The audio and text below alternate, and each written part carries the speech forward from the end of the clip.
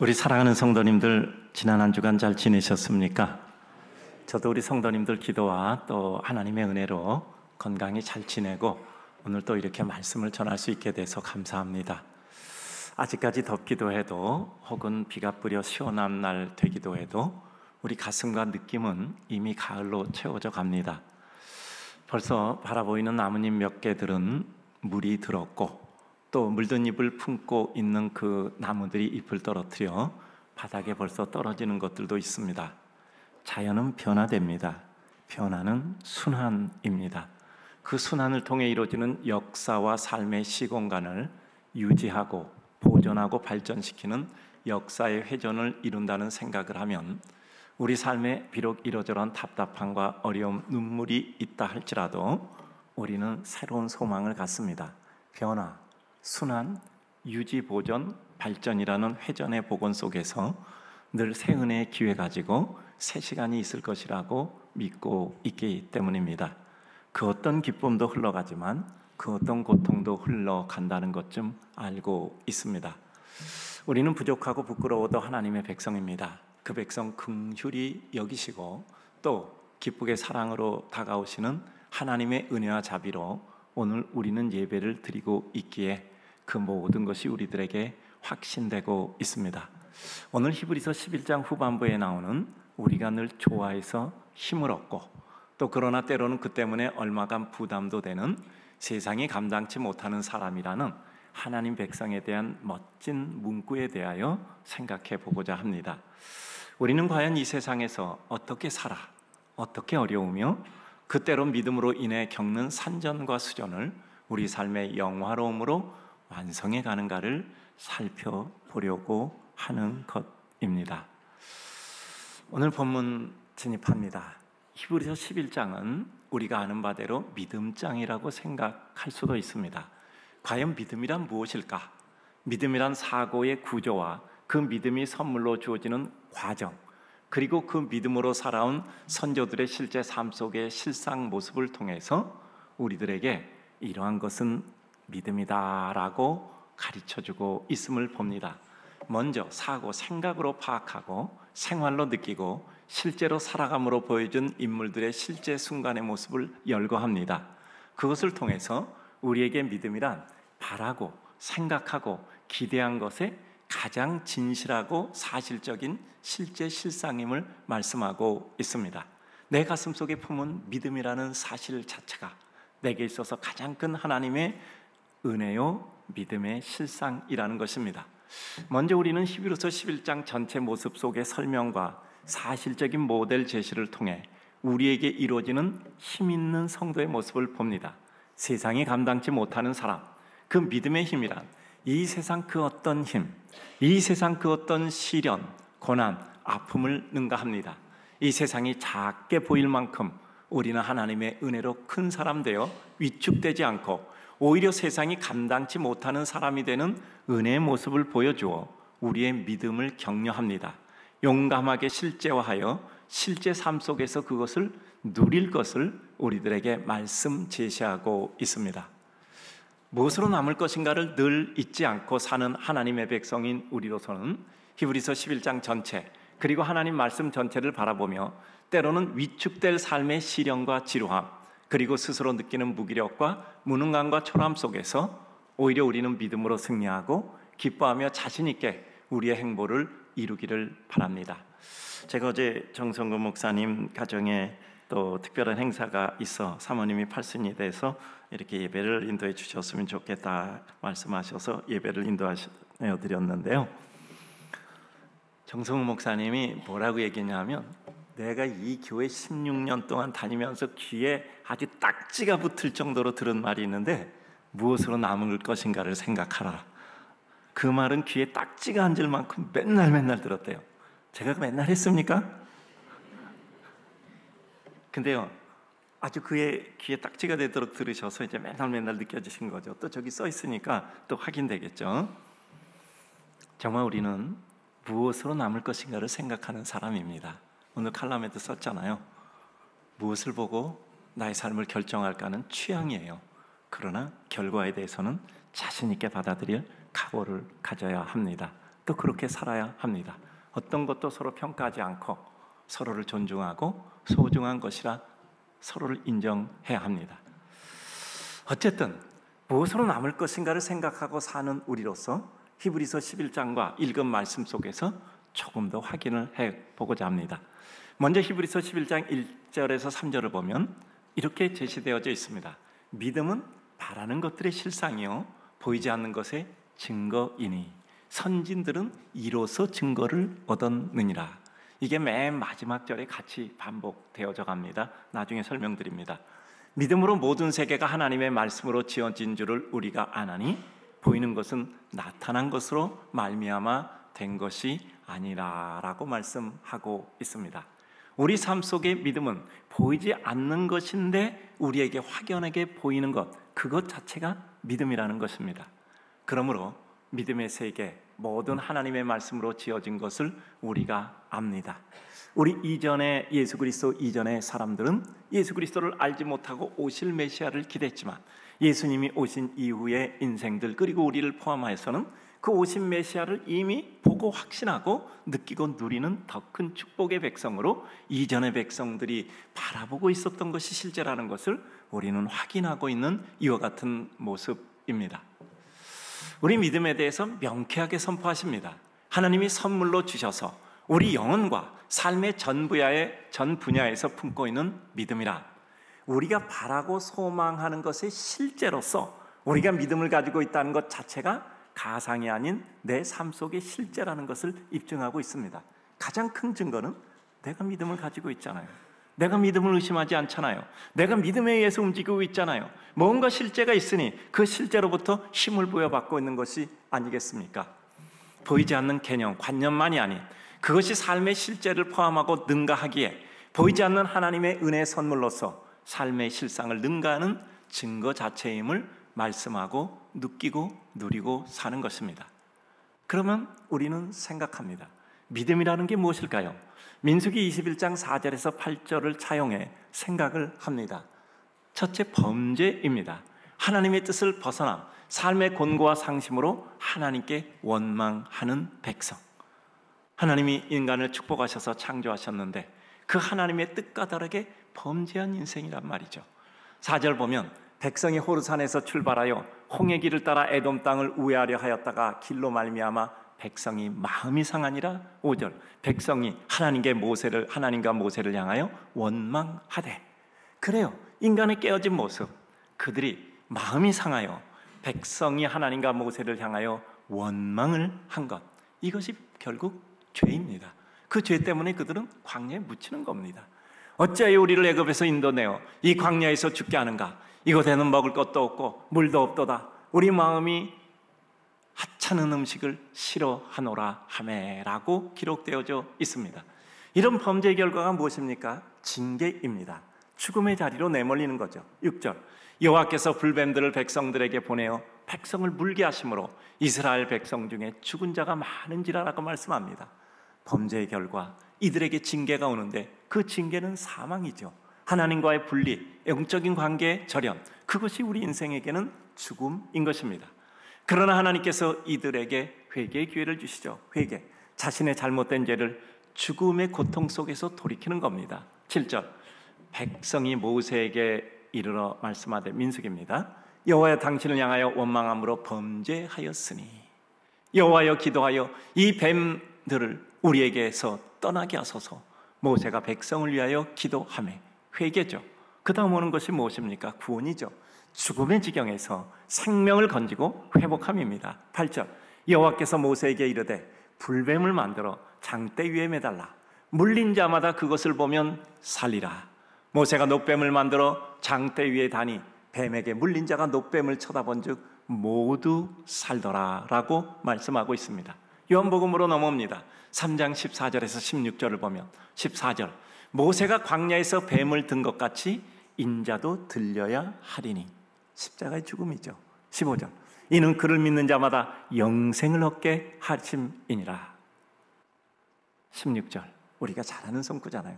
하나님이 세상을 이처럼 사랑하사 독생자를 주셨으니 이는 그를 믿는 자마다 멸망하지 않고 영생을 얻게 하려 하심이라 라고 말씀합니다. 하나님의 축복으로 창조된 인생이 범죄로 죽음의 지경에 이르러 회개하고 하나님께서 그로 인하여 예수 그리스도를 초상하는 이와 같은 노뱀을 보이심으로 말미암아 그들이 산 것 같이 이제는 광야의 뱀을 든 것 같이 인자도 들려져 십자가에 못 박히고 그리고 죽으심으로 인생의 죄를 구하여 생명을 주니 그를 믿는 자마다 영생을 얻게 하려 하심이라 말씀하셨고 3장 16절이 그것을 요약하고 있습니다. 요한복음 11장 25절 26절은 보다도 우리에게 확언하고 있습니다. 25절 예수께서 이르시되 나는 부활이요 생명이니 나를 믿는 자는 죽어도 살겠고 무릇 살아서 믿는 자는 나를 믿는 자는 영원히 죽지 아니하리니 이것을 내가 믿느냐. 믿음은 하나님께 그 인생의 하나님과 다른 뜻을 진행한 인간의 범죄로 인한 죽음의 지경에서 하나님의 전적 사랑으로 우리에게 회복할 기회, 예수 그리스도의 십자가 대속의 죽음과 부활로 인한 영원한 생명의 복원을 주심으로 하나님의 특별한 값이 너무 비싸 치룰 수 없어 은혜라는 큰 사랑으로 값없이 주신 하나님의 은총이고 은혜입니다. 그 인생이 세상을 살아가는 믿음의 삶은 이 세상의 논리와는 전혀 다른 새로운 세계, 새로운 논리입니다. 제한된 시간, 즉 순간의 시공간에 사는 우리에게 영원이신 주님께서 오셔서 그 순간의 사람이 영원의 세계로 편입이 됩니다. 그러므로 우리의 모든 체계, 사고의 구조, 삶의 방식이 달라진 세계로 넘어가는 변화가 있어야 되죠. 한 시간에 생각할 수 있는 것과 그리고 1000시간, 만시간에 생각할 수 있는 것은 근본적으로 사고가 달라야 생각의 결론을 제대로 갈 수 있습니다. 순간에 사는 우리로서 영혼의 세계를 어떻게 순간에 사는 세계로서 판단할 수 있습니까? 주님은 그 다름을 선명하게 표현하고 계십니다. 산상수훈에 오리가 고자면 심리가 주라. 억지로 송사까지 하면서 걷어달라면 속옷까지 주라. 오른밤 때리면 왼밤도 내주고 받고자 하면 주라 라고 말씀합니다. 이것은 무엇이냐면 우리에게 어떤 한 가지 사실의 적시뿐 아니라 그것을 통해 우리들에게 전혀 새로운 사고체계가 우리에게 주어졌음을 선언하고 있는 거죠. 이제까지 너희는 제한된 사고를 가지고 살았는데 그 제한됨에 하나님의 한계를 허무는 새로운 세계의 논리구조를 말씀하고 있는 것입니다. 한 가지 모습을 말씀하는 것만이 아니라 사고구조, 생활의 논리구조, 물리적 변화가 아닌 화학적 변화, 즉 모든 성분적 변화까지를 말씀하고 있습니다. 내 행위가 바뀌는 것만이 아니라 내 행위가 바뀌는 나의 사고구조, 논리가 바뀌는 것을 의미하고 있는 것이죠. 그래서 산상수훈은 우리들에게 단간 몇 가지를 행하는 것이 아니라 우리의 사고체계의 변화, 모든 생활에 그야말로 준거틀, 삶의 모든 패러다임이 바뀌는 것을 말씀하고 있는 거죠. 물질과 행동으로 구원받지 않고 주 예수 그리스도를 믿음으로 구원받습니다. 구원받은 믿음의 삶의 실제 삶의 형태는 은과금 나에게 없어도 나사렛 예수 이름으로 우리 삶을 일으켜 세울 수 있는 것입니다. 시련을 받아도 시련보다도 큰 믿음의 기쁨과 감격으로 베드로가 옥에 갇혀도 바울이 빌립보 감옥에 갇혀도 오히려 그 난관을 통해 그리스도의 사람으로 확인되고 또 능력을 발휘하게 됩니다. 믿음은 관념인 것 같으나 대단한 실제입니다. 그 실제가 우리의 삶의 구원의 모든 사고 자체의 변화를 상호 확인하고 있습니다. 믿음이라는 생각과 사고 구조와 믿음의 실제 능력들이 서로 호환하여 우리들에게 그것이 일치됨을 보여주고 있는 것이죠. 모든 일이 순탄하게 잘 되어 하나님이 도우셨기도 하지만 아무리 어려워도 무너지지 않는 나를 보며 하나님이 이렇게 끝까지 나를 도우시는구나 라는 절실한 삶이 믿음의 성도의 삶의 생활입니다. 이와 같이 하나님의 말씀은 우리들에게 믿음이 무엇인가를 선명하게 보여줍니다. 두 번째 생각합니다. 오늘 히브리서 말씀으로 다시 옵니다. 세상이 감당하지 못하는 믿음의 사람의 당당한 위상, 주님 위해서는 고통 속에서조차 구차하게 풀려나기를 원치 않는 위대한 인생들입니다. 이전까지 모든 믿음의 인물들의 사실을 열거합니다. 그리고 이제는 그것을 요약하는 것입니다. 그것이 뭐냐면 각종 어려움과 고통, 시련을 당해도 그들은 구차하게 그 시련을 풀려나려 하지 않았다는 사실입니다. 왜일까요? 그 기쁨의 확인을 위한 고통의 과정도 따랐으나 분명한 기쁨이 있었기 때문입니다. 어려움이 있었으나 그것을 능가하는 부인할 수 없는 기쁨이 있었기 때문입니다. 35절 보면 아주 좋은 면이 나옵니다. 여자들은 자기의 죽은 자를 부활로 받아들이기도 하며 라고 말씀합니다. 죽은 자를 부활로 받아들이기도 했어요. 열왕기상 17장 17절 이하를 보면 선지자 엘리야에 관한 내용이 나옵니다. 열왕기상 17장 22절 보면 여호와께서 엘리야의 소리를 들으심으로 그 아이의 혼이 몸으로 돌아와 살아난지라. 엘리야가 그 아이를 안고 다락방으로 내려가서 그의 어머니에게 주며 이르되 보라 너의 아들이 살았느니라. 여인이 엘리야에게 이르되 이제야 당신은 하나님의 사람이요 당신의 입에 있는 여호와의 말씀이 진실한 줄 아노라 하니라. 이게 뭡니까? 엘리야가 이제 그리시네가 있다가 활동을 하러 가기 전에 이제 하나님의 뜻에 의해서 이동을 하는데 사라밧 과부 여인 집에 이렇게 들리게 됐어요. 그래서 물어봅니다. 너희 집에 무엇이 있느냐? 예, 밀가루 조금 그리고 기름병에 기름이 조금 있습니다. 그랬더니 그럼 그것을 가지고 나를 위해서 음식을 만들어 다. 너무나 마음에 슬픔이 있었겠습니까? 정말 쥐꼬리만한 것, 이와 같은 조금 있는 것조차도 우리가 먹고 죽을 이와 같은 음식조차도 오히려 우리에게 너무 안 됐다라고 말하며 그거 먹고 또 힘내보자가 아니라 그거 가지고 내 음식을 해달라고 얘기하는 그 선지자가 얼마나 야속했겠습니까? 그러나 이 사라밧 과부 여인은 믿음을 가지고 그것을 가지고 이제 선지자에게 대접을 했죠. 엘리야에게. 그랬더니 어떻게 했죠? 그 집에 기름병에 기름이 마르지 않고 그리고 뭐예요? 밀가루떡에 밀가루가 마르지 않는 축복이 있었단 말이죠. 근데 그 뒤에 더 큰 문제를 그들은 보게 된 겁니다. 아니 그런데 그 집에 이제 식객으로 얹혀서 이제 갈멜산의 대결틀을 위한 시간을 기다리고 있잖아요. 아니 그 집 밀가루떡에 밀가루 마르지 않고 기름병이 기름 마르지 않아서 얼마나 행복했겠습니까? 그러나 행복도 잠시. 그 아들이 고통 속에 죽어가는 거. 아이고 머리야 하면서 고통 속에 죽어간단 말이에요. 그러니까 이 여인은 얼마나 통곡하겠습니까?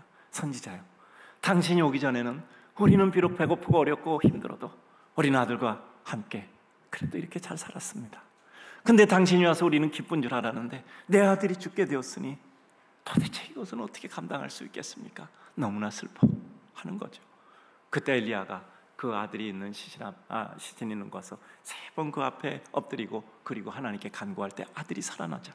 그러니까 이 여인은 부활한 아들을 맞이한 겁니다. 오히려 기쁨인 줄 알았는데 그것이 슬픔 되었으나 그 슬픔을 통해서 하나님의 더 큰 위대한 영광을 체험하게 되는 거죠. 여자들은 죽은 자들의 자기의 죽은 자들을 부활로 받아들이기로 하며, 그러니까 이것을 통해서 그들은 믿음이 무엇인가에 대해서 신실하게 깨닫게 된 거죠. 나를 포기했을 때, 그러나 포기했음에도 불구하고 어려움이 있을 때, 그럼에도 불구하고 하나님께서 끝까지 나에게 더 큰 은혜를 주시는 거라를 그들의 실물로 그들은 확인한 겁니다. 수넴 여인도 보죠. 엘리사 선지자와 관련된 내용이죠.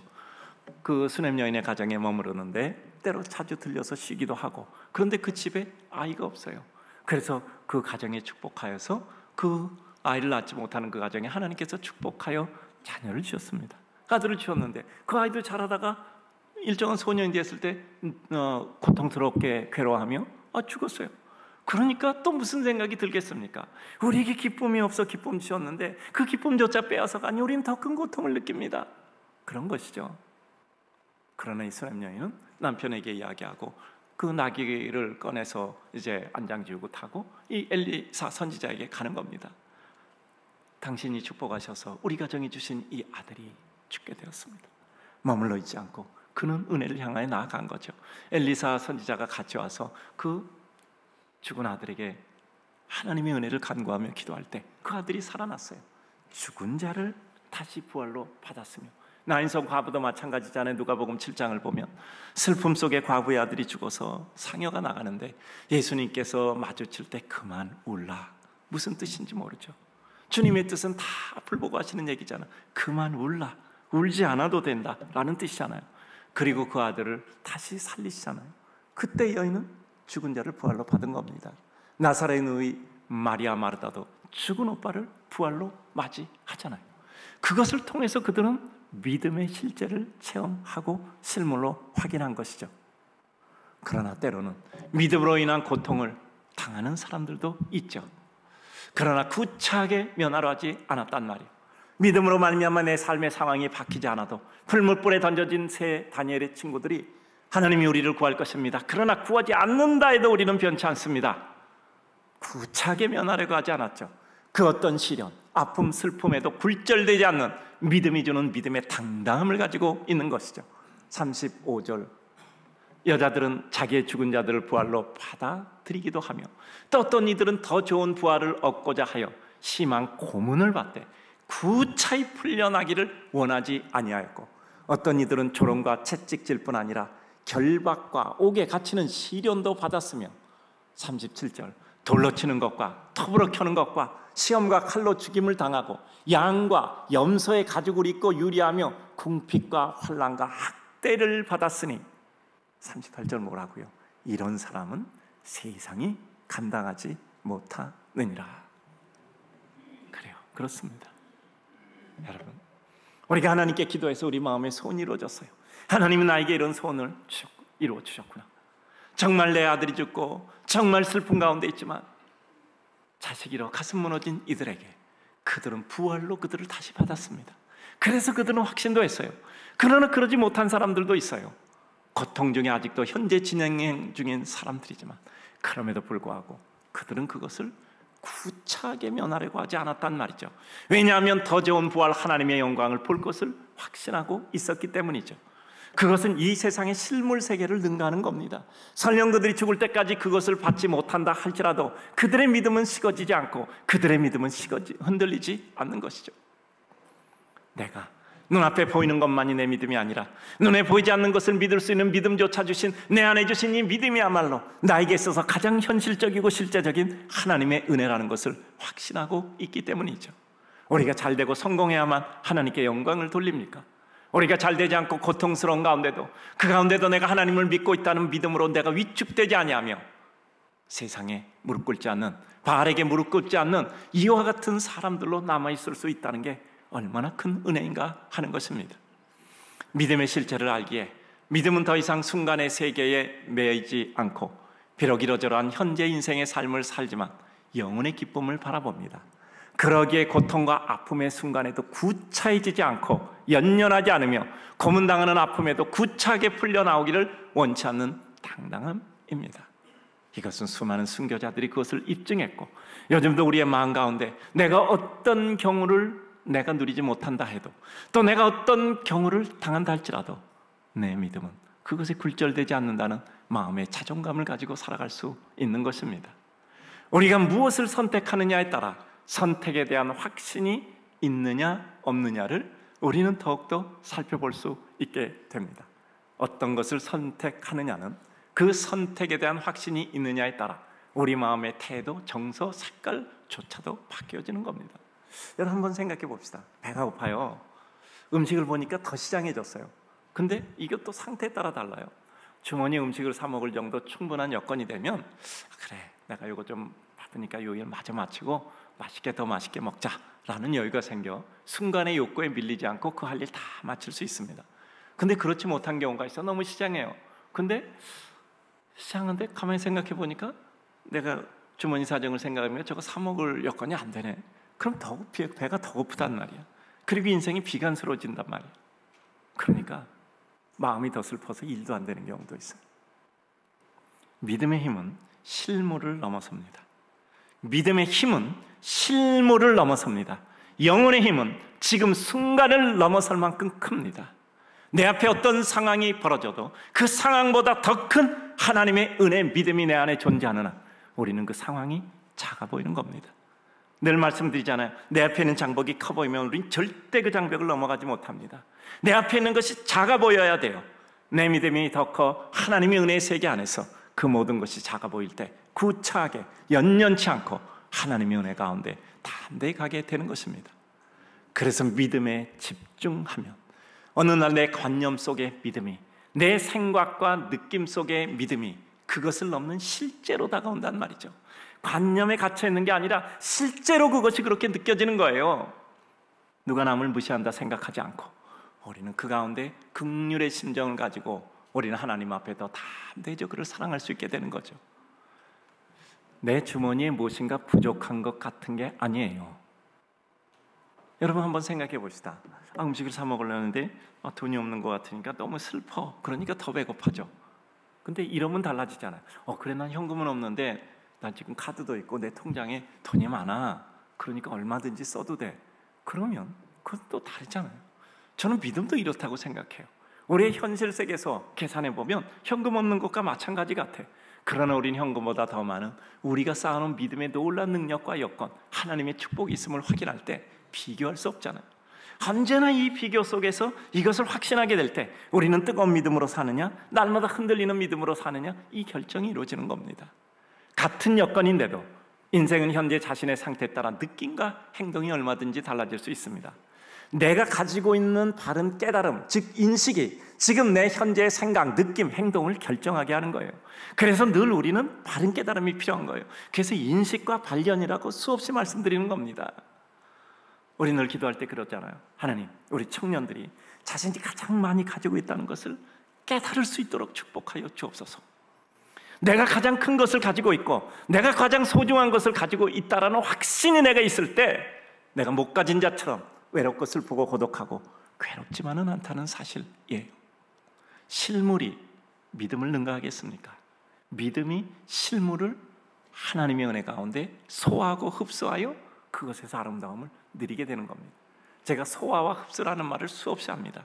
어떤 것도 다 소화해내는 거예요. 그래서 요소로 양분으로 그것을 다 흡수해내는 겁니다. 여러분, 맛이라는 게 뭘까? 관념이잖아요. 우리에게 길들여진 관성이잖아요. 그것을 내가 어떻게 하나님의 은혜로 해석하여 하나님의 은혜로 누릴까? 어떤 슬픔도 우리는 소화해내서 그 슬픔 가운데 있는 하나님의 기쁨의 요소를 흡수해낸다면 우리 인생은 얼마든지 달라집니다. 천국, 영원한 세계, 영원한 생명, 영원이라는 시간이 우리에게 가상이 아닌 현실로, 현실보다 더 현실적으로 사실로 다가올 때 우리는 구차하지 않고 당당히 우리 삶의 현재와 모든 것에 대한 새로운 세계가 열리는 겁니다. 여러분, 한 번 본 것, 10번 본 것, 100번 본 것 전혀 다릅니다. 책도 한 번 본 것, 10번 본 것, 100번 본 것 전혀 달라요. 그 가운데 관찰의 눈을 떠 그 본질을 분명히 보고 또 보고 늘 보고 반복해 그것이 삶의 실제가 되면 인생은 달라집니다. 제가 언젠가 뭔가 보면서 이 그릿이라는 거 아마 여기 세상에 사는 사람들 많이 읽었을 거예요. 그 그릿, 불굴의 정신, 뭐 도전 정신 이런 말이란 말, 그 책이 나왔는데 그게요 거의 100만 부 가까이 팔렸어요. 사람이 얼마나 힘드니까 그런 책 보고 힘을 얻겠습니까? 근데 어떤 사람이 그렇게 쓴 거 보고요 정말 세상 사는 거 힘들다고 느꼈어요. 그 그릿이라는 책, 저도 뭐 그래서 우리 교육자들에게 보라고 하나 나눠준 것 같아요. 불굴, 내 의지, 도전 정신 뭐 이런 뜻이잖아요. 그걸 100번 읽었대. 그걸 100번 읽었대요. 얼마나 훌륭한 사람인가 생각할 수도 있겠지만요 얼마나 어려웠겠는가 하는 생각 안 듭니까? 그 책을 100번을 읽어야 할 만큼 삶이 그렇게 어려웠다는 뜻 아닙니까? 아니, 한 번 읽어서 그렇게 마음먹어서 잘 되면 뭐로 100번을 읽어요? 또 읽고 또 읽고 안 되니까 또 읽고 또 힘을 얻고 또 용기를 얻고 또 힘을 얻어야 되니까 그런 책 읽는 거잖아요. 그러나 그 어떤 것보다 우리 마음에 예수 그리스도의 은혜에 대한 확신, 우리의 영혼의 세계에 대한 우리의 소망과 기쁨의 감격, 그리고 우리 삶 속에 믿음의 권능과 권세에 대한 의지가 있다면 우리는 그 어떤 것도 능가하는 힘이 있는 것이죠. 믿음은 어느 날 가느다란 실바람에서 이 세상을 휩쓰는 태풍보다 더 강한 힘임을 깨달을 때 우리는 의연하고 자신 있고 이 세상을 넘는 하나님의 은혜의 힘을 느끼고 누리기에 기쁘고 당당하고, 그래서 구차히 고통쯤은 넘어서게 되는 겁니다. 고통보다 더 큰 인물 믿음으로 이루시기를 바랍니다. 슬픔보다 더 크고 눈물보다 더 크고 내 앞에 장벽과 건너야 될 강과 넘어야 될 산보다 더 큰 그 믿음의 은혜와 감격이 우리를 휩싸고 감격하고 은혜로 감동시켜 주시기를 주님의 이름으로 축복합니다. 우리 성도들에게는 적어도 믿음으로 인한 당당한, 구차하게 자기 변명이나 하고 구구하게 설명하고 내가 남보다 나음을 설명할 필요 없이 내 자체가 영적 자존감과 자신감으로 인해 평안하고 기쁘고 감사하고 감격하고 사랑하고 없어도 베풀고 힘들어도 기쁘고 감사한 하나님의 백성이 될 것입니다. 38절 나중 부분 있죠. 그들이 광야와 산과 동굴과 토굴에서 유리하였느니라. 엘리야 다윗을 위시해서 박해가 있을 때마다 광야나 산속 혹은 굴 속으로 피신한 백성들의 모습을 우리는 봅니다. 고통의 시절이 영화로움이며 그 영화로움은 세상의 화려한 영화를 넘어 영원한 상 주시는 이를 바라봄으로 구차의 잠시의 편안을 위해 내 고통과 시련을 벗고 싶지 않은 영화로움의 실제를 누리고 있는 것입니다. 저는 오늘 이렇게 주님 바라보며 예배를 드리고 내가 무엇을 입을까? 무엇을 먹을까? 무엇을 마실까? 누릴까를 넘어서 그것도 당연한 것이지만 어느 날 그것을 문득 넘어서는 영광의 시간이 있는 장대한 하나님의 백성, 영적 거인들이 되시기를 주님의 이름으로 축복합니다. 마지막으로 오늘을 사는 하나님 백성의 당당한 모습을 재현하고 마치고자 합니다. 먼저 믿음으로 인한 하나님의 은혜의 확신과 수시적 깨달음을 통해서 감격이 고통과 아픔, 눈물을 넘어서는 횟수와 분량이 되기를 소원합니다. 우리 한번 읽겠습니다. 다 같이 시작. 믿음으로 인한 하나님 은혜의 확신과 수시 깨달음을 통해 감격이 고통과 아픔과 눈물을 넘어서는 횟수와 분량이 되기를. 우리의 이와 같은 감격이 횟수와 분량이 차고 넘치기 바랍니다. 그 감격이 매 시간 유지되며 그 분량이 커져서 우리를 다 휩싸고도 흘러넘치기를 바랍니다. 성령 충만한 은혜가 우리를 휩쌀 때 우리의 위축은 순식간에 사라지는 거예요. 성령 충만이 우리를 휩싸게 될 때 은가금이 없는데 내게 은가금을 능가하는 나사렛 예수의 능력이 내 힘과 능력의 근원이 되더란 말이죠. 그래서 우리는 오늘도 믿음으로 살아가는 겁니다. 두 번째입니다. 은혜가 흘러넘쳐서 나를 넘어 내 곁의 인생에게로 그리고 땅끝까지 흘러가기를. 자, 읽습니다. 시작. 은혜가 흘러넘쳐서 나를 넘어 내 곁의 인생에게로 그리고 땅끝까지 흘러가기를. 오늘을 사는 하나님의 당당한 백성들, 세상이 감당하지 못하는 백성들은 그 은혜가 흘러넘쳐서 나를 넘어서 내 곁의 인생에게로 그리고 땅끝까지 흘러가는 것입니다. 또 한 가지입니다. 영적 자신감과 자존감으로 힘을 다해 탁월을 강구하고 이르며 그 탁월함으로 진정한 삶의 겸허를 이루어 하늘의 별이 되고 큰 산이 되고 큰 나무가 되는 성도이기를 우리는 추구하는 것입니다. 우리 다 같이 읽습니다. 시작. 영적 자신감과 자존감으로 힘을 다해 탁월을 간구하고 이르며 그 탁월함으로 진정한 삶의 겸허를 이루어 하늘의 별, 큰 산, 큰 나무가 되는 성도이기를. 우리 사랑하는 성도님들, 저는 오늘 본문을 좋아하고 기뻐하며 늘 감격하고는 합니다. 우리 성도님들도 함께 이 감격의 말씀, 이런 사람은 세상에 감당하지 못하느니라 하는 말씀을 늘 우리는 되뇌이고 하나님의 은혜 가운데 기뻐 살 수 있기를 소원합니다. 믿음으로 증거를 받았으나 그들의 사는 날 동안 그것을 실제로 보지는 못했어도 더 좋은 것을 예비하셨음을 바라보고 그 영원한 믿음을 완성한 예수 그리스도 이 땅에 오심을 마침내 맞이한 이 성도들, 이제 우리는 그와 같은 더 큰 은혜를 누린 성도들입니다. 우리가 예수 그리스도의 이 땅에 오심을 우리는 말씀을 통해서 보고 느끼고 누리고 있기에 이전에 바라봄으로 그것으로 믿음으로 살았던 성도들의 그 바라봄을 완성시킨 것이 된다는 뜻이죠. 우리 사랑하는 성도님들, 우리는 그러한 하나님의 사람입니다. 우리는 바라봄으로만 은혜를 삼는 것이 아니라 이미 그 은혜를 체험하고 있는 하나님의 백성들이에요. 예수 그리스도 이 땅에 오셨고 예수 그리스도 이 땅에서 우리를 위해서 십자가에 못 박혀 죽으셨고 그를 믿는 자마다 영원한 생명을 주셨고 영원한 생명 우리들에게 영원한 능력이 되어 우리들에게 이 순간에 사는 세상의 모든 고통과 눈물, 시련쯤은 구차히 풀고 싶지 않는, 있어도 개의치 않는 하나님의 거룩한 사람이 되는 것입니다. 우리 성도님들, 히브리서 11장 38절 전반부 한번 읽어봅시다. 시작. 이런 사람은 세상에 감당하지 못하느니라. 그래요, 우리 성도들 세상에 감당하지 못하는 하나님의 백성 되시기를 주님의 이름으로 축복합니다.